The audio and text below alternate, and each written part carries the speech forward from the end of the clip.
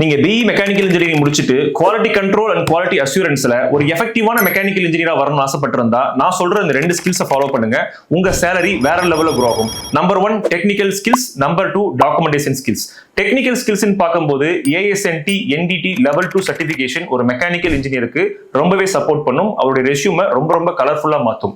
Number 2 inspection knowledge.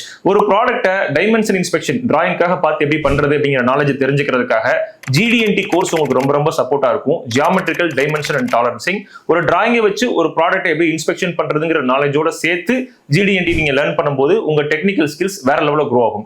அடுத்தது welding skills. WPS PQR அதெல்லாம் prepare பண்ணி ஒரு வெல்டிங் இன்ஸ்பெக்ஷன் எப்படி ஸ்ட்ராங்கா கனெக்ட் பண்றதுங்கிற நாலேஜ் ஒரு மெக்கானிக்கல் இன்ஜினியருக்கு வேற லெவல்ல குரோத்தை கொடுக்கும். அடுத்தது மெட்டீரியல் சம்பந்தமான material science knowledge, material grades and national standards, international standards. இந்த நாலேஜ் எல்லாம் ஒரு மெக்கானிக்கல் இன்ஜினியரோட டெக்னிக்கல் நாலேஜை வேற லெவல்ல க்ரோ பண்ணும். அடுத்தது டாக்குமெண்டேஷன் நாலேஜ்.